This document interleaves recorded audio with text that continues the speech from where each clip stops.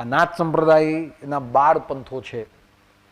એ જે 12 પંથો છે એ 12 પંથોમાં દરેક પ્રકારના સાધુઓ આ જ સાધના કરે, પણ એ 12 પંથને 12 પંથી કહેવામાં આવે.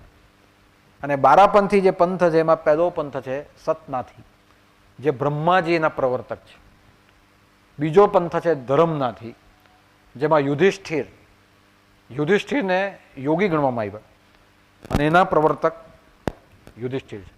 ત્રીજો પંથ છે રામનાથી, એમાં રામ ભગવાન રામનાથી પંથના પ્રવર્તક. ચોથો પંથ છે નટેશ્વર, એમાં લક્ષ્મણને પણ નાથ કહેવામાં આવે, લક્ષ્મણનાથજી. તો લક્ષ્મણ જેના પ્રવર્તક છે તે નટેશ્વર પંથ છે.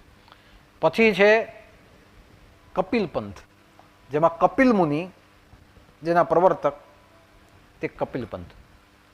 પછીનો પંથ છે કંથળ પંથ, જેમાં ગણપતિ આ પંથના પ્રવર્તક છે. પછીનો પંથ આઈ પંથ, જેમાં ગોરક્ષનાથની શિષ્યા વિમલા હતી, વિમલાઈ. એ વિમલાને ગોરક્ષનાથે દીક્ષા આપી અને એ વિમલા આઈ એ નાથ બની અને ત્યાંથી જે પંથ આવ્યો તે આઈ પંથ શરૂ થયો. ત્યાર પછીનો પંથ છે 7મો પંથ વૈરાગી પંથ, જે ભર્તુહરી જેના પ્રવર્તક છે. 8મો પંથ છે માન પંથ, જેમાં ગોપીચંદ રાજા જેના પ્રવર્તક. પછી છે પાગલ પંથ કે જેની અંદર ચોરંગીનાથ એના પ્રવર્તક. પછીનો પંથ છે ધ્વજ પંથ, જેમાં હનુમાનજી આ પંથના પ્રવર્તક છે. અને પછીનો પંથ છે ગંગાનાથી પંથ, જેમાં ભીષ્મ પિતામહ એના પ્રવર્તક ગણવામાં આવ્યા. એટલે ભીષ્મ ગણો, રામ ગણો, હનુમાન ગણો, લક્ષ્મણ ગણો, કપિલ મુનિ ગણો, આ બધાએ નાથ પંથનો સ્વીકાર કરેલો.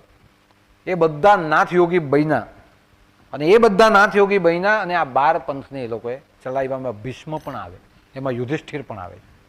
ગોરખપુરની અંદર જે પંથ છે યોગી આદિત્યનાથ, એ ધર્મનાથ પંથી પંથ છે, જેનો પ્રવર્તક યુધિષ્ઠિર કહેવામાં આવે. એ ધર્મનાથ ત્યાં ગોરખનાથની તપોસ્થલી છે.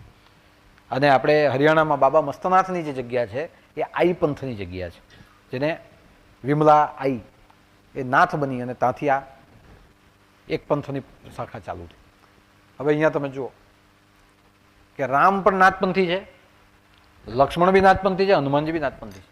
અને એનાથી મોટી વાત કરું, નવનાથ 84 સિદ્ધ જે નામ છે એમાં 84 સિદ્ધમાં એક સિદ્ધ છે, એનું નામ છે લંકાનાથ. લંકાનાથ રાવણ એ પણ 84 સિદ્ધમાં આવે છે.